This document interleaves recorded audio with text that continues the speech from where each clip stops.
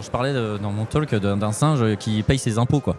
Alors tu pourrais faire un montage d'images avec des calques, faire comme ça, ce qui est faisable. Mais tu peux aussi faire ça et en fait en moins de 2 minutes lui mettre un chapeau de Christmas sur la tête parce que ça te fait marrer ou parce que ça correspond à ton besoin, à ta demande. Et c'est ça qui est assez impressionnant parce qu'on est sur une avancée de rapidité et d'accessibilité d'outils qui sont plutôt complexes à appréhender en apprentissage pour un usage qui est très facile.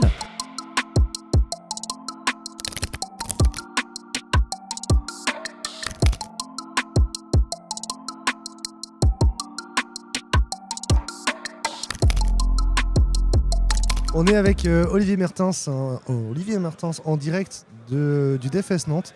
Et là, on est tout simplement en train de parler des avancées de l'IA, de ce qui va arriver, comment dire, finalement, des...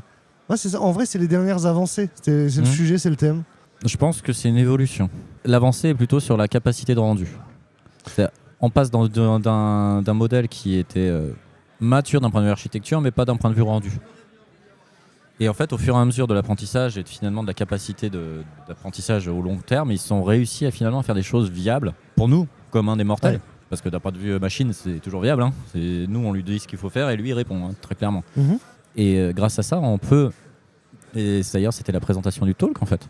C'est expliciter finalement que c'est accessible. Ça peut être très complexe derrière. Et d'ailleurs, finalement, la plupart des user experience et des choses qui sont pour... Et d'ailleurs, on le fait lorsqu'on fait une application. Plus c'est simple d'accès, plus c'est complexe derrière. Et ben, ce modèle génératif text-to-image, il est quand même basé sur la même idée. Tu rentres une phrase en langage naturel, tu as une sortie générée qui t'appartient, que tu peux vendre, qui correspond à ton besoin. Donc, tu peux encore repasser dessus, tu peux faire des éditions, tu peux faire un processus créatif derrière, tu peux faire des animations. Tu veux l'utiliser, tu veux la vendre telle quelle, tu veux la garder pour faire un article. Et OpenAI te file finalement une licence d'utilisation plein droit, pratiquement. Tu peux la vendre, tu peux l'utiliser, tu peux faire dans des bouquins, dans les vidéos, etc. Par contre, tu peux pas dire à OpenAI, je veux que tu le retires de ton dataset. Parce qu'eux en ont besoin. C'est un peu leur source. C'est que si jamais tu commences à dire, ton modèle d'apprentissage, je retire ce que moi j'ai permis qu'il apprenne, tu crées des trous, quoi. Et le but, c'est pas ça. Le but, c'est qu'il s'améliore sans arrêt. Que tu puisses, par tes soumissions de prompt, qui est le terme d'input texte, améliorer le modèle et le dataset par rapport à ce que tu fournis. Tu peux même uploader des images dont tu as les droits et dire ok, bah moi je veux mettre une vieille photo de ma mamie, de mon papy 1960, 1870 et je veux les mettre dans une situation à côté d'une voiture toute neuve. C'est réalisable et tu peux le faire. On va changer notre manière d'appréhender des contenus. Mais c'est aussi de la même manière, c'est qu'à un moment, tu vas dire, je peux, si je le souhaite, utiliser cet outil qui va me faire gagner du temps, voire créer de la créativité. Tu vois, il y avait un gif de la Joconde où on lui met un mohawk. Jamais tu penses à ça. Mais si tu as envie de t'amuser et de le faire, tu le fais. Et en plus, il te le met dans le style de la peinture de Léonard de Vinci. Donc, tu pourrais le faire toi-même. Tu pourrais passer des heures sur GIMP, sur Photoshop, sur ce que tu veux. Mais tu peux maintenant le faire d'une manière plus accéléré, plus fluide, plus logique, puisque c'est du langage naturel en fait. Parce qu'il y a des gens qui sont peut-être ils ont une facilité à expliciter ce qu'ils veulent, mais ils ne savent pas le faire. Là, avec une résolution de 1024, pour l'instant, tu peux avoir quelque chose de viable en fait. Et tu peux avoir quelque chose, je parlais dans mon talk d'un singe qui paye ses impôts, quoi. Alors tu pourrais faire un montage d'images avec des calques, faire comme ça, ce qui est faisable. Mais tu peux aussi faire ça et en fait en moins de 2 minutes lui mettre un chapeau de Christmas sur la tête parce que ça te fait marrer ou parce que ça correspond à ton besoin, à ta demande. Et c'est ça qui est assez impressionnant parce qu'on est sur une avancée de rapidité et d'accessibilité d'outils qui sont plutôt complexes à appréhender en apprentissage pour un usage qui est très facile. C'est un peu comme tous ces usages qui ont facilité le quotidien des gens, tu vois. La télécommande TV. La télécommande TV, il faut le savoir à l'origine, c'était pas mainstream pour toute la personne, c'était des personnes qui avaient du mal à se déplacer. Sauf que ce besoin a été déporté. Les gens disaient, moi j'ai envie de marre de me lever 6 fois devant ma télé. Et les gens ont utilisé la télécommande, même s'ils n'étaient pas en difficulté pour se déplacer. Et de la même manière que quand tu as pris de l'argentique et que les gens sont passés au numérique en disant, voilà, c'est plus simple pour moi, je peux les supprimer, je ne paye pas une fortune, je peux créer ce que je veux, et puis si j'en veux en tirer 200, j'en tire 200, et j'ai pas... En fait, ton usage, et finalement le besoin, les gens, va évoluer dans ce sens-là, en fait. ils vont se rendre compte que des outils existent. Et c'est un peu les principes des early adopters. Finalement, on se pose en tech, nous, on est des early adopters. On est, je dirais pas des premiers de cordée parce que c'est pas vrai, parce que moi je fais qu'un usage. J'ai pas construit le modèle et j'ai pas. T'es des pionniers du coup? Pardon? Des pionniers du coup? Je dirais qu'on est plutôt dans le sens, on est des découvreurs, tu vois. Et Dall-E pour l'instant a un rôle très simple, génération d'images par rapport à ton besoin. Mais qu'est-ce que ça va donner après? C'est ça qui est super captivant et super excitant. Quand j'ai découvert il y a 6 mois, je fais waouh, qu'est-ce qu'on va pouvoir faire avec? Évidemment, on a des problématiques de deepfake, évidemment, on a des problématiques de qualité, évidemment, on a des problématiques de biais, de stéréotypes, etc. Mais ça, c'est légitime comme tout nouvel outil. Hein. Les premiers outils qui ont été utilisés par des personnes dans la tech ou quoi que ce soit, ils étaient perfectibles. Et donc, c'est du test and learn. À un moment, tu fais bon, il va falloir évoluer, etc. Et d'ailleurs, l'intégration continue, le test, des gens qui testent leur application par des users en faisant du feedback. Bah, c'est aussi ça en fait, c'est qu'on a besoin de comprendre comment les gens l'appréhendent. Et c'est pour ça que je trouve ça captivant avec Dall-E, GPT-3, Codex, Copilot, etc. C'est qu'on est au début des apprentissages qui vont nous permettre de prévoir et d'avoir des choses qui sont surprenantes en fait. On n'est pas à l'abri et le créateur du modèle et d'OpenAI disait on est à quelques mois de faire du vrai photoréalisme. Donc il y aura d'autres problématiques après, on aura forcément des sujets de deepfake. On aura des gens, moi je veux pas que ça passe, etc. Et donc, qu'est-ce qui va se passer après? On va créer des outils, justement pour éviter les deepfakes. On va créer des règles, on va créer des choses qui va permettre au fait aux gens d'avoir un outil qui est plus mature, par définition, parce qu'il est plus ancien, mais aussi tout simplement parce qu'il va se retrouver dans une situation qui va répondre à un nouveau besoin. Comment éviter qu'ils fassent des choses qui peuvent être mauvaises pour les gens? Et donc, comme tout outil, il y a toujours des travers. Ce qui est sûr, c'est que c'est dommage de ne pas le prendre en compte, sachant toutes les possibilités que ça offre. Et après, comme d'hab, apprendre ou à laisser. Moi, j'ai l'impression que c'était un jouet.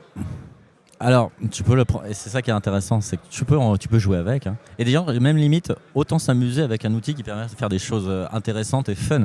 C'est un champ dans un site web, actuellement, dans OpenAI, en modèle freemium. Tu peux, en créant ton compte, en 3 minutes, créer quelque chose qui t'intéresse. Peu importe ce que tu veux faire. Si tu veux faire d'une modification d'une image existante ou créer quelque chose à la volée, avec le style que tu veux. Tu veux un 3D render d'une table. Tout à l'heure, j'étais en train de parler avec quelqu'un qui dit je veux faire une table en Formica en 3D render. J'utilise Dall-E. J'ai pas de priori sur ce qu'il va veut, ce que là. Je génère, mais ça répond à mon besoin. Vraiment. Et je ne sais pas s'il était tech en fait. Si tu veux, le principe même, ce qui est intéressant, à part la partie technique sophistiquée derrière que ça implique et que c'est très intéressante, c'est que finalement, c'est un usage qui est très mainstream, très ouvert. Et après, on va pouvoir tweaker, le rendre beaucoup plus mature, tu vois, parce que finalement, tous ces principes d'inpainting, dot-painting, c'est des features en fait. Dans un produit, c'est des features. C'est des avancées sur la façon dont ce produit va évoluer. Donc là, tout d'un coup, tu vas te dire, c'est des inpainting, des dot-painting, et pourquoi pas après, ça sera, ok, mais je veux que cette partie-là, et voyons, comme des effets de focus, je te fais vraiment une feature comme si je l'imaginais. Moi, je serais un product owner ou un business owner, je dirais, c'est vachement bien ta chose, mais moi, je veux que cette partie-là, je monte en hyper résolution, avec beaucoup plus de détails. Donc en fait, on ferait de la génération d'éléments existants pour la densifier ou la rendre encore plus pointue ou précise. Ça peut être une feature. Et c'est ça qui est assez intéressant, c'est qu'en fait, on est au début, à l'avènement de choses qui sont pas matures, parce que c'est de la bêta, hein, mais assez créatrices de valeur pour que les gens l'utilisent tel quel, parce que ça peut suffire à leurs besoins, ou aller plus loin.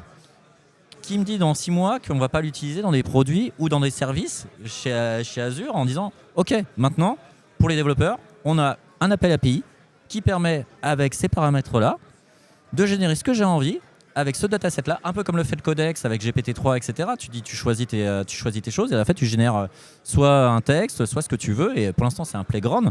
Mais ça existe déjà. On a des services qui existent, qui sont des summarize, qui existent pour créer des contenus beaucoup plus clairs. On a des choses. OpenAI est en train de sortir, d'ailleurs, je te fais un peu de teasing, et a sorti ce qu'on appelle un Whisper. C'est aussi un cognitive services en AI. Tu prends un texte audio, avec fond sonore mauvais ou pas, peu importe la langue, ça te le fait en texte écrit en langue anglaise. C'est-à-dire que tu prends n'importe quelle langue, il le comprend, il te l'écrit en texte anglais. Et les premiers usages de cette chose-là, c'est que les gens se sont dit, c'est vraiment intéressant. Qu'est-ce qu'ils ont pensé? Pourquoi on ne fait pas du real time? Pourquoi je ne fais pas une vidéo, je génère les SRT à la volée? en anglais. Rien que faire un transcript, en fait, le rendre accessible. Et tu sais ce qui est vachement intéressant avec cette idée, en fait, qui est viable, hein, elle fonctionne. Bah, c'est qu'en accessibilité, tu peux même faire des radios avec des sous-titres, et des personnes qui ont des problématiques de sur-titres, comme sur les vidéos YouTube, auront tout de suite quelque chose de viable, fonctionnel, pour avoir des SRT. Donc tu augmentes l'accessibilité. Il y a des gens qui auront des vidéos dans une langue qu'ils ne connaissent pas, avec des sous-titres anglais pertinents, non soumis par une personne, automatiquement générés par l'IA. Ça, c'est une des prochaines avancées Alors, que tu attends. En tout cas, c'est une avancée qui existe, Whisper.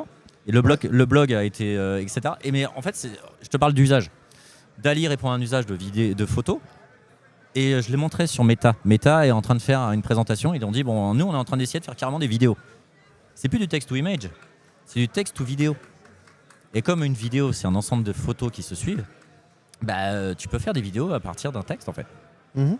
Et là, on rentre dans des problématiques de comment éviter des deepfakes, comment éviter des explicit content, comment éviter des problématiques de contenu. Est-ce qu'il y aura des problématiques de copyright? C'est tous ces domaines qui sont finalement très captivants, très excitants, voire je parle pour moi parce que je ne sais pas pour les autres, très excitant, parce que comme tout nouveau domaine, tu as envie d'essayer, quoi. C'est comme quand tu apprends un nouveau langage qui vient de sortir ou qui te plaît, quoi, que tu as envie de découvrir en disant c'est intéressant parce que peut-être que ça peut me servir, ou j'ai envie de jouer. Ou peut-être, un jour, je me dirais, cette application où tu as envie de créer une image à la volée par rapport à un besoin de l'utilisateur, je saurais utiliser ce service. C'est quoi les prochains usages que tu imagines ensuite? Sur DALL-E, précisément. L'intelligence artificielle de manière générale? Je pense qu'on va surtout jouer sur le synchronisme, en fait. Parce que finalement, là, pour l'instant, on est dans des temps de traitement qui sont réels, tu vois, genre 5-10 secondes pour avoir un élément. Mais que ce soit sur la détection audio, la translate à la volée, voire la translate speech, c'est-à-dire tu as quelqu'un qui te parle et en fait, tu as la translation à la volée. C'est des usages qui seront là. Ouais. Et pour les images, là, on a des choses qui sont perfectibles sur le photoréalisme, sur la qualité, sur le fait que c'est des petites résolutions. Et des gens qui ont des contraintes de qualité très hautes, ce qui est normal en fait. Quand tu commences à dire moi j'ai envie que ça soit un 2500 pixels, ça s'entend. Il y a des choses qui existent déjà avec des outils qui peuvent faire de l'upscaling. Ouais. Tu sais qu'en photo produit, on utilise du 40 millions de 40 mégapixels. Hein. Tu sais, c'est un peu le même sujet et j'aime bien cette analogie avec le numérique, avec les appareils photo. Ouais. On a le même sujet. Au début, on avait un pixel, un méga, 2 mégas. Ensuite, on s'est dit je vais pouvoir faire un A4 en impression. Parce que finalement, les professionnels, ils étaient gentils. Moi, je fais du 10-15 et je vais pas très loin, quoi. Parce que mes photos que j'ai besoin, et évidemment, ça répondait à un besoin, quoi. Alors qu'en argentique, en fait, c'est que ça a été le progrès inverse. Ouais. En argentique, on a commencé par des grosses bobines et on les a miniaturisées. Exactement. Et d'ailleurs, si tu connais bien les moyens formats, les moyens formats, c'est un format qui est tellement qualitatif. Et qui est plus grand que le full frame. Exactement. Et que les numériques envient. En fait, ce que je trouve intéressant aussi, et je voudrais bien savoir si c'est ton propos et tu vas me confirmer, est-ce que tu es en train de me dire que finalement, c'est de l'IA dans la mesure où ça pourrait être la définition de l'IA, le fait que ça s'incruste dans la vie, dans le quotidien du commun des mortels de manière complètement transparente et simple, quoi. Je pense que ça facilite des choses qui n'étaient pas possibles avant et que ça se fera d'une manière assez fluide parce que ça sera implémenté dans chaque étape de produit ou de génération. On le voit pour des copilotes, ce genre de choses, mais il y a déjà des modèles d'IA qui existent qu'on ne voit pas en fait. Des apprentissages qui se font sur tes données, même sans le savoir en fait. Ouais. Et que ce soit pour des logiques commerciales ou des logiques finalement de déplacement de personnes. Parce que l'IA existe quand tu fais pour le trafic. Quand tu vois les villes connectées qui regardent et qui génèrent un modèle de fonctionnement de feu tricolore suivant les horaires, etc. pour fluidifier leur circulation, ils utilisent des modèles mathématiques et ils utilisent les datas pour finalement faire des prédictions. Et ça existe déjà. Et on le fait pour des transports en commun, mais c'est transparent. Tu vois, quand tu utilises une application qui permet de définir le temps qu'il va falloir pour aller d'un point A à un point B. Alors, c'est basé sur des grilles d'horaires, de bus, de trains, de métro, etc. Mais la data d'après, l'open data, sera finalement in situ. Quand on utilise Google Maps, il utilise dans la donnée du calcul itinéraire le temps de trajet de la dernière personne qui est passée. Exactement. Et puis, il y avait un artiste qui avait fait ça il y a quelques années, qui avait un peu hacké ce système d'apprentissage. Il avait pris une roulotte. Il avait pris une roulotte, 60 téléphones, il les avait mis dans la même rue, tous captants. Et résultat, qu'est-ce qui s'est passé ? Google Maps a dit, c'est blindé. Et donc, la rue était vide. parce que toutes les personnes faisaient le tour. Et c'est assez intéressant. Mais du coup, est-ce que là, il n'y a pas un sujet d'où? Ok, donc il y a un sujet sur le fait de spoofer la donnée. Ouais. Parce que c'est du spoofing complètement. Oui. Mais l'autre sujet, l'autre sujet en termes de sécurité, c'est la vie privée aussi.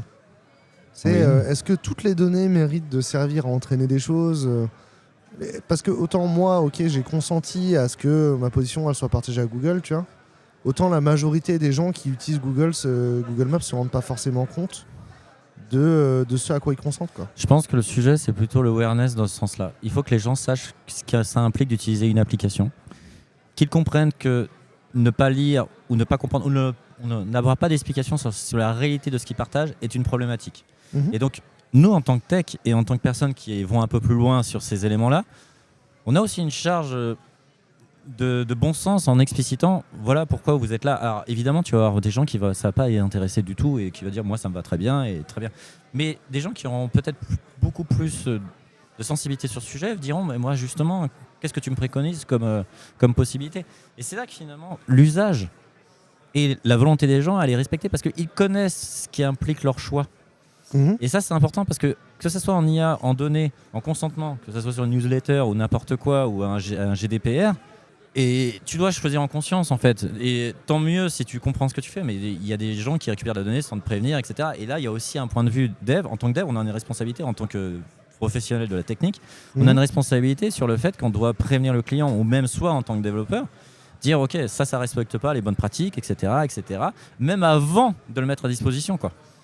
Et ça, c'est une rigueur de la data, comme toute même bonne pratique de développement. Tu vois, tu dis en temps normal, la data, avec ses éléments de sécurité, de partage, etc., vous devez demander le consentement pour les images, etc., ou même la position, etc. Et on arrive finalement sur l'awareness, comme d'habitude.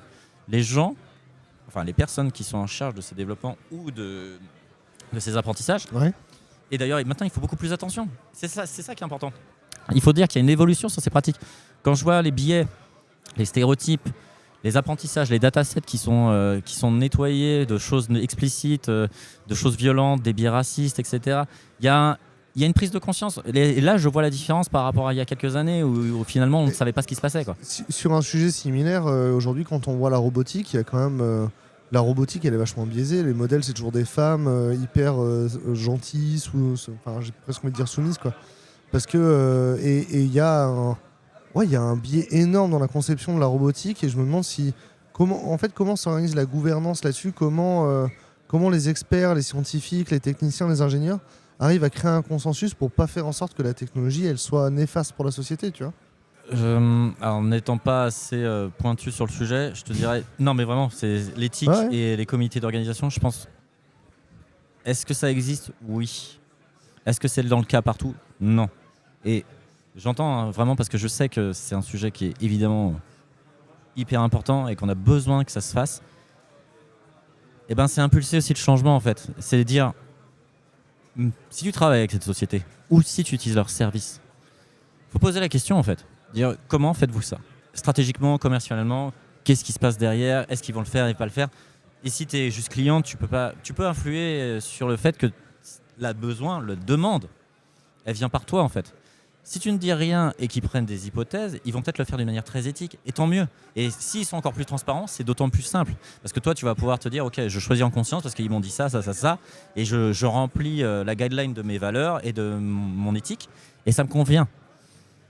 Si c'est pas transparent, que quand tu poses des questions, ça ne vient pas, ou que le modèle d'éthique ou de représentativité que toi tu cherches n'existe pas, je pense qu'il est légitime de te poser la question, est-ce que c'est bon pour mon usage ou pour la société d'utiliser leurs services? Et c'est pas différent d'être un consommateur éclairé en fait. Il faut challenger finalement l'entreprise, nous en tant que clients, en tant que consommateurs. Je pense que le statu quo, le statu quo n'a plus de valeur. Tu peux pas dire c'est bon. Ouais, mais tu vois, quand tu parlais au début des appareils photo, c'est la technologie qui a créé l'usage. Mais en fait, c'est ça le sujet, c'est que si la technologie, elle crée le biais, tu vois, la société, l'usage va adopter le biais, tu vois. Imaginons la technologie se crée. Les capteurs photo électriques sont créés au Japon. Ils créent cet outil en disant c'est vachement bien, ils font une campagne, ils disent je suis sûr que ça marche. Imaginons il y a un usage qui peut-être ne répond pas aux besoins des gens. C'est possible que ça ne marche pas. Et c'est pas la technologie qui changera. Si la technologie existe pour répondre à un besoin qu'ils vont créer ou qui va exister, mais il y a quand même une hypothèse forte en fait. On peut pas partir du postulat que le besoin est bienveillant, tu vois. Les gens qui ont inventé les armes à feu cherchaient pas à faire du bien, tu vois. Et c'est pas l'usage qui a créé l'usage de la... Enfin, l'usage n'est pas arrivé après la technologie, donc les armes à feu, tu vois. Non, clairement. Mais du coup, ce que je veux dire, c'est... Ouais. Bon, ma question, c'est ça, si tu veux, c'est les... En tout cas, les armes à feu, en tout cas la poudre à canon et toutes ces choses qui sont amenées à notre complexité de la trucs. poudre à canon, ça a été un usage récréatif et créatif avant. Exactement, et c'est un détournement d'un usage. Et c'est un usage ils se sont rendus compte que ça partait loin quand ils utilisaient la poudre à canon. Et ils se sont dit, pourquoi j'utilise pas ça ? Évidemment, l'homme a des biais et essaie toujours de détourner à son avantage ou dans une manière qui peut faire du mal, ces choses. Mais c'est aussi à nous de dire, je n'adhère pas à ça en fait. Je n'en veux pas. Et je n'en veux pas. Et dans des modèles d'économie où finalement tu utilises des services, si tu n'adhères pas à ce que te propose d'une manière éthique ou d'une manière outillage ou finalement d'une manière pourquoi c'est fait, tu as tout intérêt à faire entendre ta voix en fait. Parce que si tu ne dis rien, tu fais partie de cette majorité silencieuse qui peut être contre, mais tu ne dis rien. Et derrière, tu as quand même des personnes qui peuvent influer dans la société. Et on est quand même dans des modèles de société où on peut encore échanger chez nous. Et ça permet quand même de remonter des choses qui sont problématiques. On a la possibilité de faire porter notre voix. Est-ce qu'il y a des institutions, des représentativités dans les entreprises ou même dans des grands groupes qui existent pour ça ? Peut-être, peut-être pas. Ce qui est sûr, c'est que si en tant que consommateur ou objecteur de conscience, ou peu importe le titre que tu te donneras, tu considères que ce n'est pas normal, parle-en en fait. Parle-en. On n'est pas différents, et je ne suis pas influenceur, je ne suis pas un objecteur de conscience, mais quand tu as une technologie que tu trouves pertinente, parce que tu la trouves bien, tu en parles. Quand tu as une technologie que tu ne trouves pas pertinente et qui ne fonctionne pas, et que tu la challenges avec d'autres, et que tu en parles autour de toi, disant je ne trouve pas ça pertinent parce que ça ne marche pas ou que ce n'est pas intéressant, etc., tu en parles aussi et finalement, tu vas peut-être même faire changer le besoin. Parce que les gens diront tu as raison, ça vaut pas le coup, quoi. Mais tu fais porter ta voix. Et c'est le même principe pour un éthique ou pour un élément qui te convient en fait. Ah ouais, non, ça a beaucoup de sens. Après, il faut débattre. Oui, en fait, là, je pense déjà en parler, c'est bien. Je pense qu'au final, ce que tu dis, c'est qu'il y a l'éthique de ceux qui conçoivent l'outil et l'éthique de ceux qui l'utilisent. Les deux sont importantes. Et je pense que finalement, j'ai l'impression qu'on s'en remet au progrès moral de la société au sens kantien. Tu vois, on imagine que la société s'améliore. On a déjà fait des erreurs par le passé. Plus on en parle de ces obligations éthiques, plus la société s'améliore. Et donc on va créer des outils qui sont meilleurs, quoi. On est assez incrémental quand même comme société. On essaie d'apprendre de nos erreurs. En tout cas, on essaye. Et si on est en incapacité d'évoluer par rapport à nos erreurs passées, effectivement, on a tendance à les reproduire. Donc, notre société évolue par rapport à une construction sociale, par rapport aux gens, par rapport à leur voix, par rapport à les évolutions qu'elles ont. Mais elles évoluent par les gens qui prennent parti, qui prennent la parole et qui font la différence. En fait. Et faire la différence, c'est aussi c'est aussi échanger, en fait.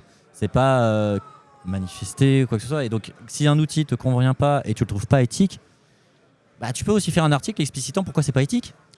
Tu l'argumentes, tu l'explicites. Et si les gens considèrent que tes arguments sont valables, évidemment que ça va permettre de faire changer les mentalités, voire changer le besoin. Parce que dire, effectivement, c'est pas éthique. Il y a beaucoup de produits qui ont disparu parce que c'était hautement pas éthique, ou voire limite au niveau des données.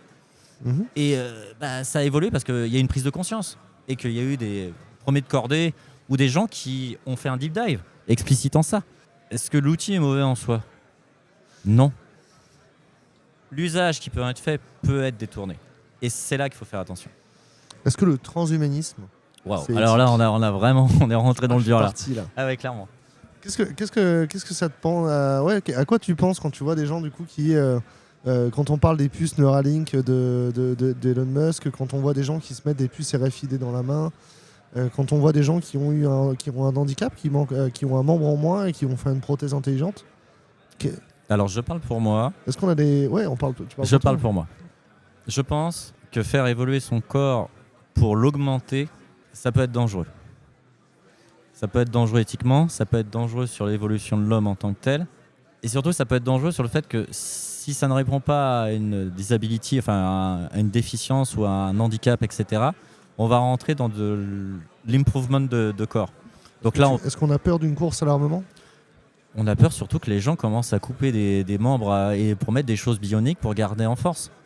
Tu vois, finalement, c'est un peu ça. Parce que qu'on mette une prothèse à quelqu'un qui a été amputé et qui va lui permettre de marcher, retrouver une vie comme elle l'entend, et peu importe le mode de vie qu'elle a. Mais si des gens commencent à se dire j'ai vraiment besoin d'avoir un bras bionique pour soulever 2 kilos ou 30 kilos ou 200 kilos alors que mon bras est fonctionnel, là on arrive finalement à l'étape, c'est est-ce qu'on est encore humain dans le principe? Je ne peux pas répondre en fait. Est-ce que c'est sain? Je ne sais pas, ça dépend de toi. Est-ce que c'est pas une course? Si, parce qu'il y aura toujours des nouvelles évolutions. Clairement, on a bien d'autres chats à fouetter avant de s'augmenter en fait. Ouais. Est-ce que l'IA, du coup, c'est l'intelligence artificielle telle qu'on l'a aujourd'hui, d'avoir des outils qu'on utilise au quotidien issus de l'IA, c'est un peu le début du transhumanisme? Je ne pense pas. Tu ne penses pas? Je ne pense pas.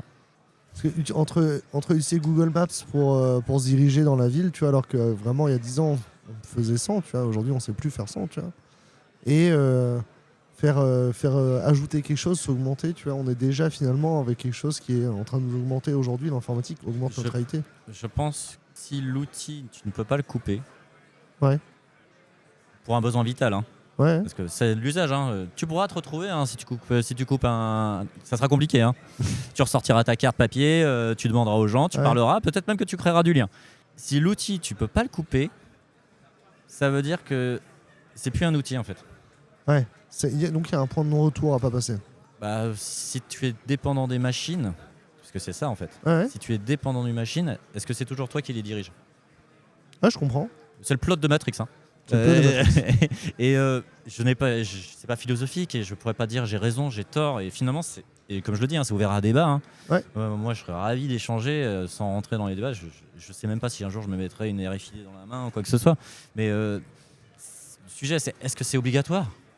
Est-ce que t'obliges à le faire? C'est ça le sujet. En vrai, merci beaucoup. Bah, j'espère que j'ai pas fait du hors-sujet. Mais non, la conversation, on est parti de l'IA, on a parlé beaucoup d'éthique. Finalement, c'est l'éthique dans la technologie. Pour moi, c'est OK. Et en vrai, tu m'as beaucoup éclairé sur le sujet. Je pense que tu as éclairé les auditeurs.